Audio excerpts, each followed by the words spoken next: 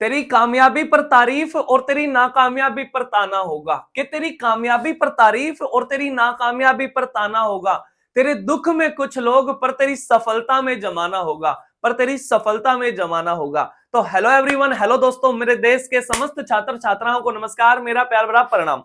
उम्मीद करता हूं दोस्तों आप सब बहुत अच्छे होंगे, एकदम खुश होंगे, मस्त होंगे, स्वस्थ होंगे और अपनी पढ़ाई करने में व्यस्त होंगे, ऐसी उम्मीद मैं करता हूं। और मैं दीपक आप सभी का दीप लर्निंग पॉइंट पर पूरी उत्साह और उमंग के साथ तहे दिल से वेलकम करता हूं, आप सभी का स्वागत करता हूं दोस्तों। और फिर से हाजिर हूं आपके साथ करंट अफेयर के इस महफिल में। मैंने बताई है आपको बातें, महफिल सजती रहती हैं, आप उसका पार्ट बन रहे हो या नहीं बन रहे हो। कभी करंट अफेयर की महफिल सज रही है, कभी आपकी ज्योग्राफी की सज रही है, कभी स्टैटिक जीके की क्लासेज आपके पास रेगुलर आ रही हैं। अब तो चलिए सबसे पहले क्वेश्चन की बातें करते हैं।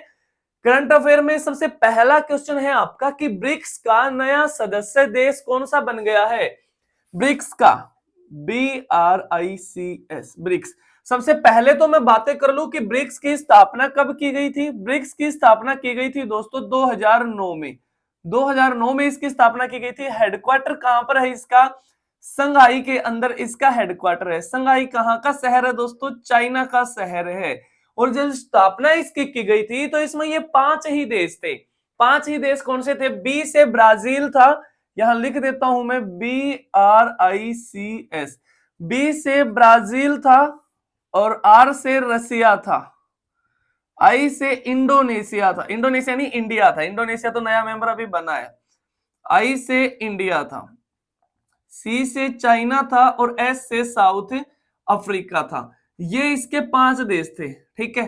फिर इसका हाल ही में एक नया सदस्य बन गया है आपका, हाल ही में नया सदस्य बना है आपका इंडोनेशिया। इंडोनेशिया इसका नया सदस्य बन गया है, ठीक है। और ये इंडोनेशिया इसका 10वां सदस्य होगा, 10वां मेंबर है इंडोनेशिया।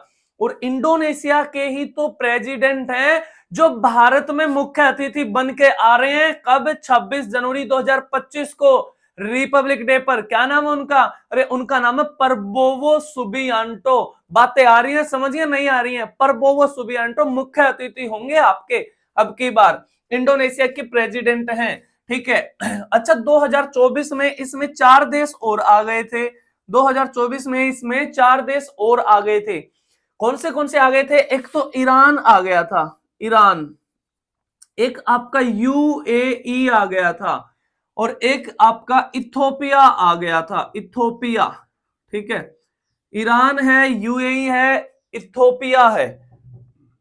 और एक देश और आ गया था आपका, इजिप्ट आ गया था, जिसको हाल ही में मलेरिया मुक्त घोषित किया है किसने? WHO ने। इजिप्ट आ गया था, मिस्र, ठीक है। ये 4 देश 2024 में आ गए थे और एक देश आपका अभी आया है, इंडोनेशिया। और 2025 में इसकी अध्यक्षता, या यहां पर लिख देता हूं, देखो 2024 में तो इसकी अध्यक्षता कौन कर रहा था? ब्रिक्स की इसकी अध्यक्षता कर रहा था रसिया, ठीक है। रसिया इसकी अध्यक्षता कर रहा था। और 2025 में इसकी अध्यक्षता करेगा दोस्तों, इसकी अध्यक्षता करेगा कौन? ब्राजील। कौन करेगा? ब्राजील। इतनी सी बातें आप याद रखेंगे, ठीक है। चलिए नेक्स्ट जो क्वेश्चन आपका रहेगा वो क्वेश्चन आपका हो जाएगा कि नई दिल्ली के अंदर, नई दिल्ली से क्वेश्चन था आपका, इंपॉर्टेंट सा क्वेश्चन है। क्वेश्चन है आपका कि सीबीआई का एक पोर्टल लॉन्च हुआ है। मैंने बता दिया था कल, शायद ये पर्सन, तो सीबीआई का एक नया पोर्टल लॉन्च हुआ है, भारत पोर्टल।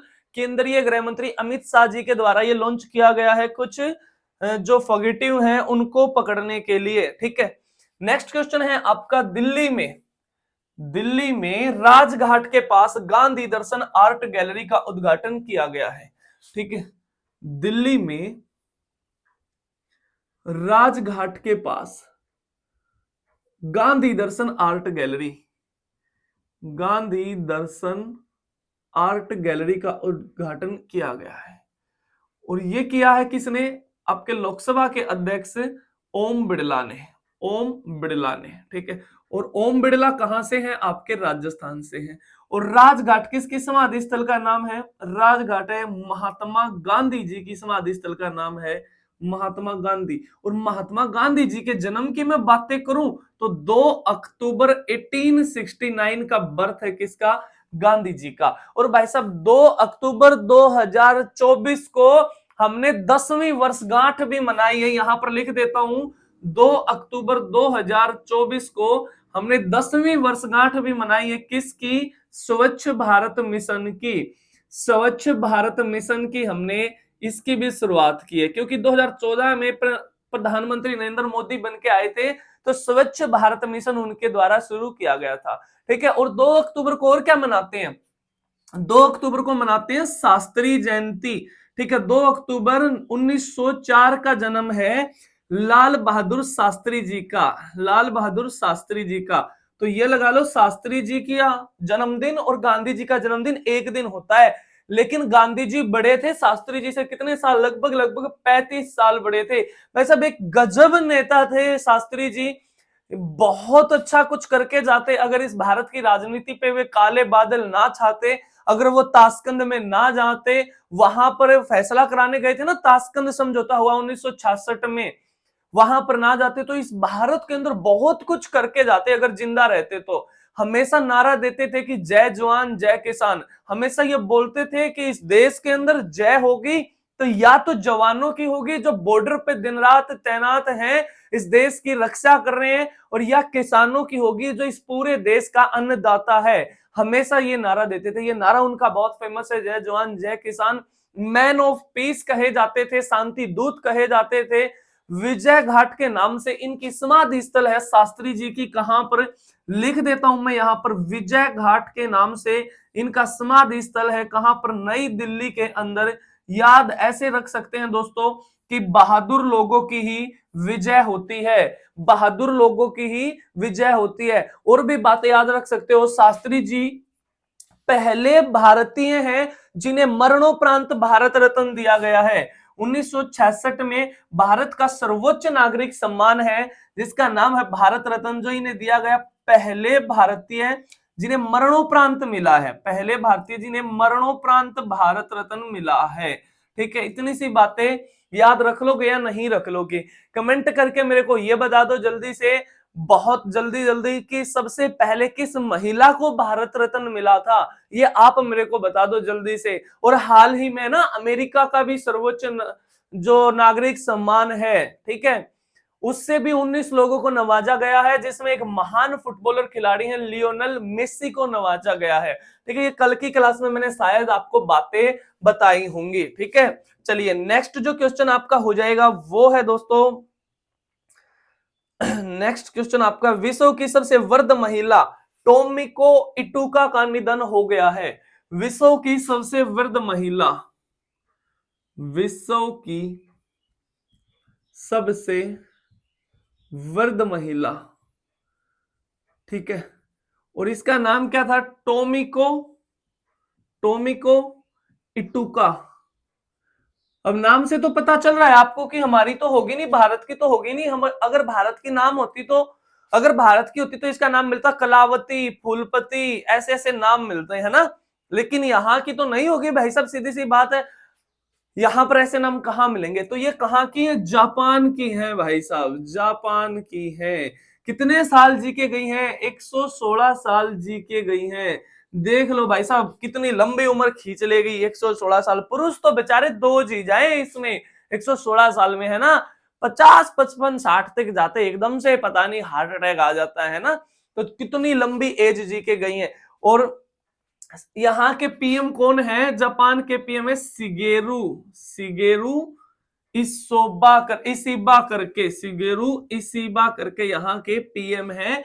और जापान की राजधानी क्या है? जापान की राजधानी है दोस्तों टोक्यो। और टोक्यो किस द्वीप पे है? टोक्यो आपकी होन्शु द्वीप पे है। टोक्यो किस द्वीप पे है? होन्शु द्वीप पे है। और टोक्यो में ओलंपिक कौन सा हुआ था? 2020 वाला ओलंपिक हुआ है। और साथ में और भी मैं बता दूं आपको, 1964 वाला भी जो हुआ था वो भी आपका टोक्यो में हुआ था। 2020 वाला भी टोक्यो में हुआ था। और 1940 वाला भी टोक्यो में होना था लेकिन हुआ नहीं था सेकंड वर्ल्ड वॉर के कारण। इतनी सी बातें याद रख लोगे आप, ठीक है। तो सीधी सी बात है, देख लो टोमिको इटुका, भाई साहब पूरा जीवन जी के गई है बहुत अच्छे से, है ना। बता तो दी मैंने, 2 व्यक्तियों का जीवन जी के चली गई अकेली। ठीक है, चलो उसके बाद नेक्स्ट जो क्वेश्चन आपका रहेगा वो है आपका कि एक योजना है रायथू भरोसा योजना, किस सरकार ने चालू करी है? रायथू भरोसा योजना, और ये चालू करी है किस राज्य सरकार ने? ये चालू करी है तेलंगाना सरकार ने।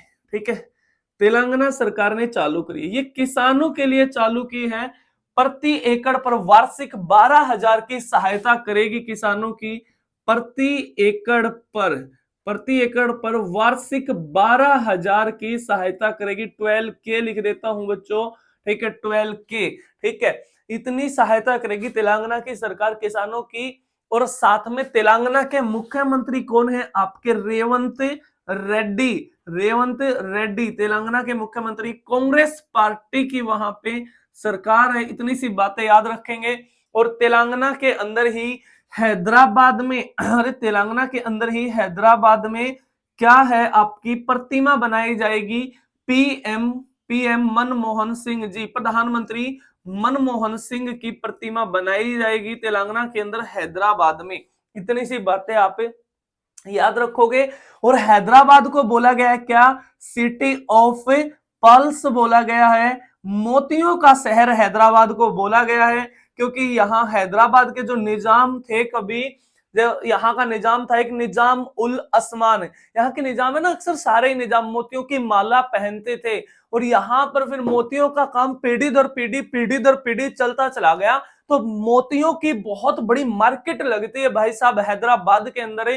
तो इसीलिए हैदराबाद को कहा गया है मोतियों का शहर। और आप सब भी सारे मोती हो, आप सब भी सारे हीरे हो, डायमंड हो। हमेशा मैं आपको बोलता हूं कि आपको थोड़ा सा तरासा कम गया है, और ये 2025 जो नया साल है ये तरासने के लिए आया है।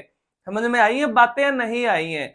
इस 2025 को बहुत अच्छे से जियो, बहुत अच्छे से। मैं भी परमपिता परमात्मा से ये कामना करता हूं कि जो भी आपकी ड्रीम जॉब है बहुत जल्दी से आप उसको प्राप्त कर लें, क्योंकि सरकारी नौकरी पाना सिर्फ आपका ही सपना नहीं है, आपके पीछे बहुत सारी जिंदगियां जुड़ी हैं, उनका भी सपना है सरकारी नौकरी पाना। अरे भाई साहब, बहुत सारी जनता का तो सपना ये है कि हमारा दामाद सरकारी नौकरी वाला हो। तो और कितनी बातें तुम्हें बताऊं, तो इसलिए ही पढ़ाई कर लो। ठीक है, इतनी पढ़ाई कर लो कि पापा की परी भले ही आपको रिजेक्ट कर दे, लेकिन उसका पापा आपको सिलेक्ट कर दे। इतनी पढ़ाई कर लो दोस्तों। तो ये क्वेश्चन आज के रहेंगे आपके करंट अफेयर के।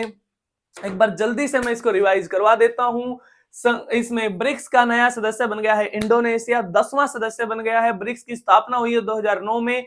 उस टाइम पर इसमें ये 5 ही देश थे, ब्राजील था, रशिया था, इंडिया था, चाइना था, साउथ अफ्रीका था। फिर 2024 में इसमें 4 देश और जोड़ दिए, ईरान, यूएई, इथोपिया और आपका इजिप्ट। 2024 में इसकी अध्यक्षता ब्रिक्स की रशिया ने करी है, 25 में इसकी अध्यक्षता ब्राजील करेगा।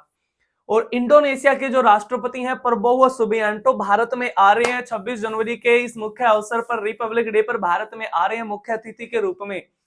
नेक्स्ट क्वेश्चन आपका रहेगा, दिल्ली में राजघाट के समीप गांधी दर्शन आर्ट गैलरी का उद्घाटन किया है लोकसभा के अध्यक्ष आपके ओम बिड़ला ने। और ओम बिड़ला कहां से हैं? आपके राजस्थान से हैं। और राजघाट किसकी समाधि स्थल का नाम है? गांधी जी की समाधि स्थल का नाम है। देखो, गांधी जी को पुरस्कार भले ही कोई ना मिला हो, हालांकि एक बार नाम इनका गया था नोबेल पुरस्कार के लिए। देखो कितना बड़ा पुरस्कार है नोबेल, दुनिया का सर्वोच्च पुरस्कार है नोबेल, लेकिन मिल नहीं पाया इनको। लेकिन पद भले ही कोई नहीं रहा हो इनके पास, लेकिन फिर भी इस राष्ट्र के पिता कहलाए।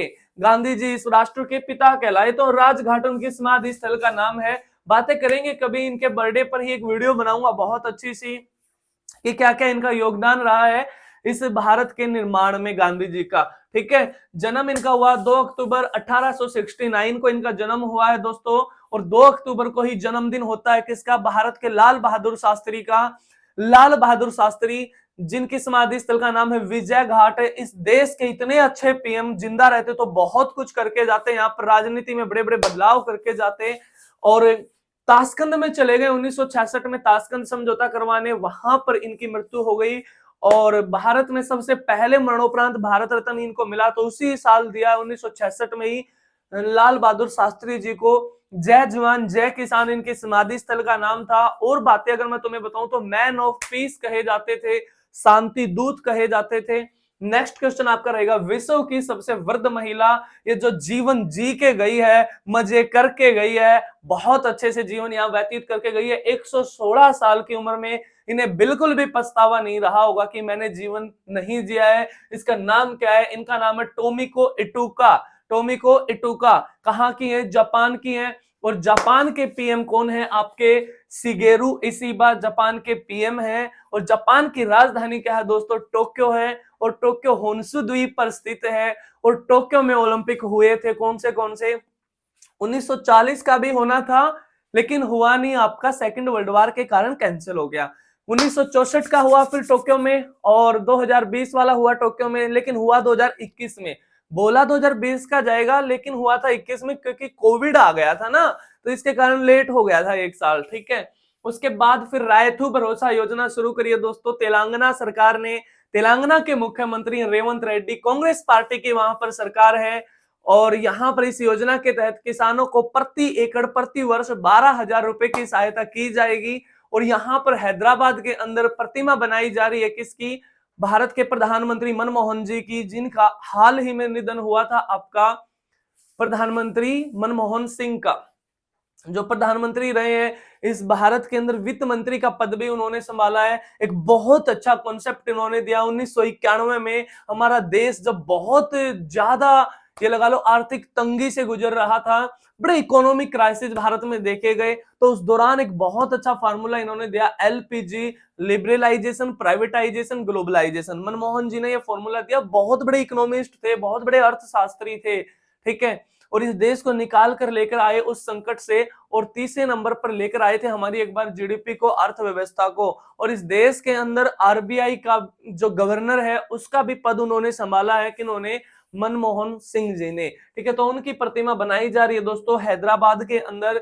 और हैदराबाद को कहा गया है प्यारे साथियों, सिटी ऑफ पल्स बोला गया है, मोतियों का शहर बोला गया है। और आप भी सारे मोती हो, तो ये सारी बातें उम्मीद करता हूं आपको समझ में आई होंगी, अच्छी लगी होंगी। क्लास अगर अच्छी आपको लगती है तो इसको शेयर किया करो, ज्यादा से ज्यादा लाइक किया करो, अपने ऑनेस्टली फीडबैक जरूर दिया करो।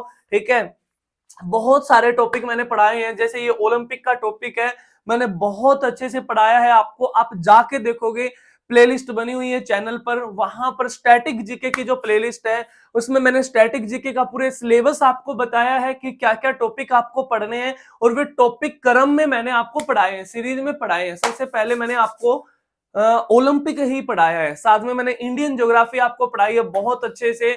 और बहुत अच्छे से मैंने एक फुल जीएस रिवीजन बैच की क्लासेस पढ़ी हैं, वहां पर यूट्यूब पे अपलोड कर रखी है मैंने, जिसमें हमने मिसलेनियस प्रैक्टिस कर रखी है जीके जीएस की।